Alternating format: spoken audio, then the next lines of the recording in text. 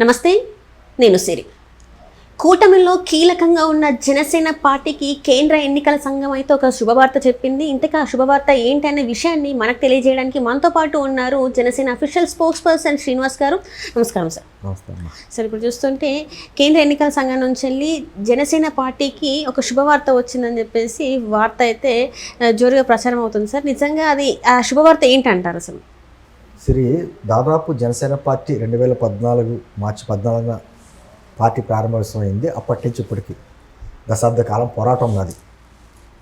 ఏదైనా సరే ఒక రాజకీయ పార్టీ రిజిస్ట్రేషన్ తర్వాత ముందు రిజిస్ట్రేషన్ అవుతుంది, కానీ దాన్ని రికగ్నైజ్ ఎప్పుడు అవుతుందంటే ఆ పార్టీ ప్రాంతీయ పార్టీ అయితే ఒక రాష్ట్రంలో ఎన్నికల్లో పోటీ చేసి ఒక 6% ఓట్ బ్యాంకు వస్తే దానికి తగ్గట్టుగా ఎమ్మెల్యేలు ఒక ఎంపీ సీట్ ఏదైనా వస్తే అప్పుడు రికగ్నైజ్ చేస్తారు. అంటే ఒక ముగ్గురు ఎమ్మెల్యేలైనా ఉండాలి, ఒక ఎంపీ అయినా ఉండాలి, ఒక 6% ఓటింగ్ అయినా ఉండాలి అనేది ఒక నిబంధనలు, కేంద్ర ఎన్నికల సంఘం నిబంధనలు.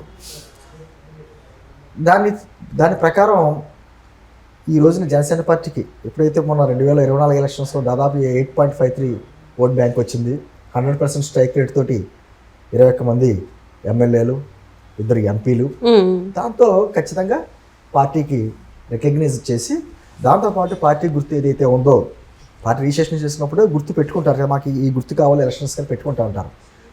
మా గాజు గ్లాసు గుర్తుని ఇంకా కన్ఫర్మ్ చేసి మాకు ఒక అధికారికంగా కేంద్ర ఎన్నికల సంఘం ఒక లెటర్ పంపించింది. అంటే దీని అర్థం ఏంటంటే వచ్చే ఎలక్షన్స్లో జనసేన పార్టీ ఎక్కడ కంటెస్ట్ చేసినా మాకు గాజు గ్లాసు ఖచ్చితంగా ఉంటుంది. ఎందుకంటే రికగ్నైజ్డ్ అవ్వక ముందుకు అంత ముందు వరకు కూడా ఇంకా అది వాళ్ళు గత ఎన్నికల్లో మనం చూసాం సార్. ఇబ్బందులు ఎందుకంటే ఎక్కడైనా పోటీ చేయాలంటే డిఫరెంట్ సింబల్ రావడమే కావచ్చు. ఇంకొకటి ఏంటంటే ఈ సింబల్ ని వేరే పార్టీ వాళ్ళు యూజ్ చేసుకోవడం గత మొన్న జరిగిన ఎలక్షన్స్ లో మనం చూసాం ఎంత జరిగాయి. అంటే సాధ్యమైనంత వరకు గుర్తు మీద కూడా ఆధారపడి చాలా ఓట్ బ్యాంక్ కొంత చదువులేని వ్యక్తులు వాళ్ళు కూడా ఆ ఫేస్ రికగ్నైజ్ చేయలేని వ్యక్తులు కూడా ఆ గుర్తును చూసుకుంటూ ఉంటారు.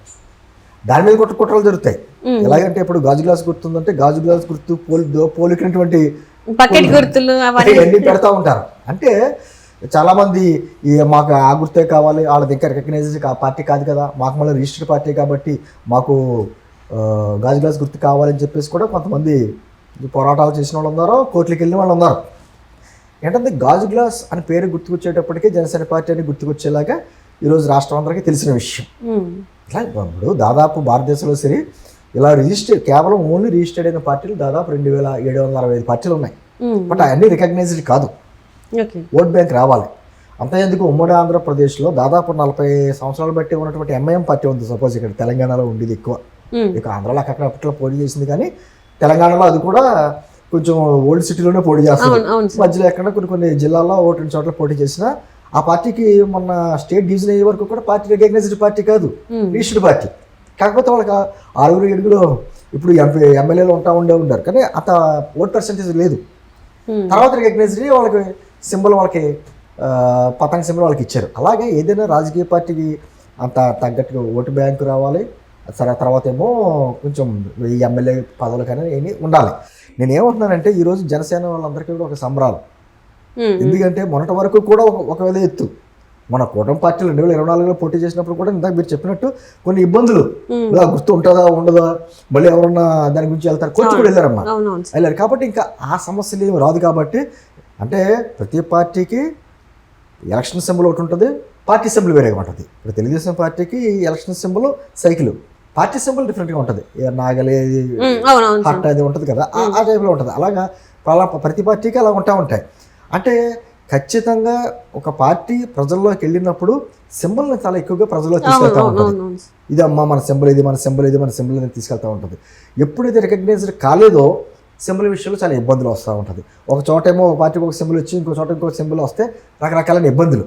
అప్పుడు పార్టీ అధ్యక్షులకు చాలా ఇబ్బంది వస్తుంది కదా, ఆ ప్లేస్కి వెళ్ళినప్పుడు ప్రచారం చేసినప్పుడు మళ్ళీ ఆ సింబల్ గురించి ప్రచారం చేయాలి.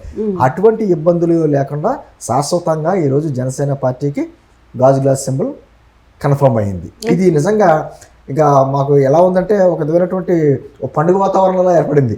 అంటే గతంలో చాలా ఇబ్బందులు పడ్డాము. ఎందుకంటే మన పోయిన ఎలక్షన్స్లో చూసుకుంటే సార్ చాలా మంది కూడా ఆ సింబల్తో పాటు వాళ్ళ పేర్లు కూడా పక్కనే వచ్చేలాగా ఎట్లయినా చేసి ఆ సింబల్ అంటే దగ్గర ఉండేసరికి ప్రజల్ని కొంచెం గందరగోళం చేస్తే వాళ్ళకు అంటే జనసేనకు పడేవి వీళ్ళకి కూడా పడే అవకాశం కుట్రలు జరిగితే ఎలాంటి ఇందాక చెప్పినట్టు ఈ సింబల్తో పోలికటువంటి సింబల్లో బకెట్ అని లేకపోతే వేరే వేరే సింబల్ ఉంటాయి అవి ఇప్పుడు చేయొచ్చు. కాకపోతే ఎప్పుడైనా సరే ఎలా వస్తుందంటే నేషనల్ పార్టీస్ ముందు ఉంటాయి, తర్వాత స్టేట్ రికగ్నైజ్డ్ పార్టీస్ ఉంటాయి, తర్వాత రిజిస్టర్డ్ పార్టీస్ ఉంటాయి, ఇండిపెండెంట్స్ ఉంటారు కదా వాళ్ళకి, తర్వాత ఇండిపెండెంట్స్, అలా ఒక లిస్ట్ ప్రకారం వస్తుంది. కాబట్టి ఇప్పుడు ఆ ఇబ్బందులు లేవు.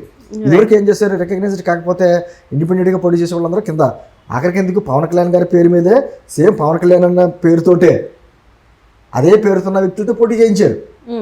అలాగే చాలా నియోజకవర్గాల్లో అదే సేమ్ పేరు ఉన్న వాడితో పోటీ చేసిన ఒక కన్ఫ్యూజ్ వాతావరణం. అంటే అటువంటి వాతావరణం ఇబ్బందులు ఏమి లేకుండా ఈరోజు శాశ్వతంగా ఒక సింబల్ వచ్చింది. అంటే దాదాపు దశాబ్ద కాలం పోరాటం అమ్మ. ఈరోజు అయిపోయింది కాదు. చాలా అంటే రాజకీయ పార్టీ పెట్టడం గొప్ప కాదు, రిజిస్ట్రేషన్ చేయడం పెద్ద గొప్ప కాదు, దాన్ని రికగ్నైజ్డ్ చేసుకునేలాగా పోరాటం చేయడం, నిలబడడం అన్నది గొప్పతనం. ఈ రోజున పవన్ కళ్యాణ్ గారు చేసింది అదే. ఎందుకంటే ఎక్కడా కూడా ఒడిదుడుకులు ఎన్ని వచ్చినా కూడా 2014లో పార్టీ రిజిస్ట్రేషన్ చేసిన అప్పుడు వచ్చిన కొత్తగా స్టేట్ డివిజన్ అయినప్పుడు కొత్త కాలం కాబట్టి ఎక్కడ కంటెస్ట్ చేయాలి. కంటెస్ట్ చేయకుండా ఆ రోజు తెలుగుదేశానికి బీజేపీకి మద్దతు చెప్పాం. ఎందుకంటే అప్పటికింకా మేము బలపల్లా. సరే 2019 వచ్చేటప్పటికి వివిధ వాతావరణాలతో మళ్ళీ విడిగా పోటీ చేయవలసి వచ్చింది. 2024కి ఇప్పుడు మళ్ళీ కూటమి ప్రభుత్వంతో కలిపి పోరాటం చేసాం, మేము సింబల్ చేసుకున్నాం. నేను ఏమంటున్నానంటే భారతదేశంలో చాలామంది ఒక పార్టీలు పెట్టేవాళ్ళు ఉన్నారు, రిజిస్ట్రేషన్ చేసేవాళ్ళు ఉన్నారు. ఆ రిజిస్ట్రేషన్కి సంబంధించి ఈ మధ్య కొత్త నిబంధనలు వచ్చినాయి ఎలక్షన్ కమిషన్లో కూడా. కేవలం రిజిస్ట్రేషన్ చేసుకుని వదిలేస్తే కుదరదు, కంటెస్ట్ చేయాలి. ఇంత టైం పీరియడ్ అని పెట్టారన్నమాట. ఆ టైం పీరియడ్లో కేవలం రిజిస్ట్రేషన్ చేసుకుని పక్కన పెట్టేయకుండా కంటెస్ట్ చేయకపోతే మాత్రం ఆ పార్టీ రద్దు చేస్తూ ఉంటారు. చాలా మంది ఏంటంటే సార్ ఒక పార్టీని పెట్టి రిజిస్ట్రేషన్ చేయించిన తర్వాత పార్టిసిపేట్ చేద్దాంలే, తర్వాత ఎలక్షన్లకు వెళ్దాంలే అని చెప్పి చాలా మంది ఉంటారు. అట్లా చూసాం కూడా మనం. సో ఇప్పుడు అట్లాంటివన్నీ ఏం లేవు, ఖచ్చితంగా పార్టిసిపేట్ చేయాలి. కేంద్ర ఎన్నికల సంఘం కొన్ని నిబంధనలు పెట్టింది. అదేవిధంగా గతంలో కూడా ఎలాగైతే ఇలా రిజిస్ట్రేషన్ చేసుకుని పోటీ చేయకుండా పక్కన పెట్టినటువంటి కొన్ని పార్టీలు ఉన్నాయి, తెలుగు సంబంధించినటువంటి పార్టీలు కూడా ఉన్నాయి. వాటిని కూడా ఆ ఎన్నికలు రద్దు చేసింది. ఎందుకంటే వీటిలో కూడా బేరసారాలు చాలా జరుగుతూ ఉంటాయి, చాలా రకరకాలుగా ఉంటాయి. సరే పార్టీ సింబల్, పార్టీ మనకి బీఫామ్ ఇవ్వలేదనుకో, కొంతమంది ఉంటారు మన పార్టీ బీఫామ్ ఇవ్వకపోతే ఏదో పార్టీని పేరు మీద పోటీ చేయాలని చూసుకుంటూ ఉంటారు. అటువంటి కూడా కొన్ని ఇబ్బందులు జరిగినాయి మనకి. ఏంటంటే ఇటువంటి అంటికి ఫుల్ స్టాప్ పెట్టేలాగా ఒక కేంద్రం నుంచి ఒక మంచి శుభవార్త.